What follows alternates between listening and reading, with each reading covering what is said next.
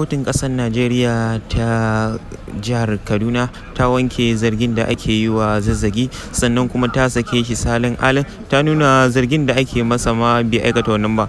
Amma yanzu za mu haɗa ku da a wannan lokaci za mu haɗa ku da babban alkalin kotun Kaduna domin ku ji ta bakinsa ko me yasa dalilin da yasa aka sallama Zazzaki da kuma dalilan da yasa aka wanke Zazzaki. To alkali bismillah.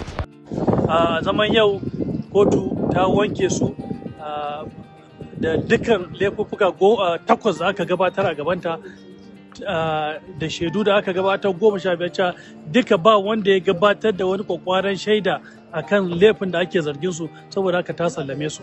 Bugu da ƙari ma ta yi tsokaci akan cewa laifin da ake zargin mutanen nan ana zargin sun aikata laifi a 2015, amma kuma ka zo kana cajin su akan dokan da aka yi a 2017. Shi ma ta yi tsokaci ta ce wannan abu ne soki burutu ne, bai kamata su yi ba. So haka kotu ta sallame su, ta wanke, ta ce suna iya tafiya gida. Yanzu ina shi malam Zazzaki. Yau na baro shi a cikin kotu, yanzu za su fito. Yanzu mutanen shi kana nufin za su karɓe shi wuce gida shi kenan? Abin da muke shiri. A cikin wannan rahoton idan muka duba za mu ga cewa yanzu kotun ta sallame shi salin alin ba tare da wani laifi ba ko wani zargi. Zai ci gaba da rayuwarsa, sannan kuma ya ci gaba da zama da mabiyansa.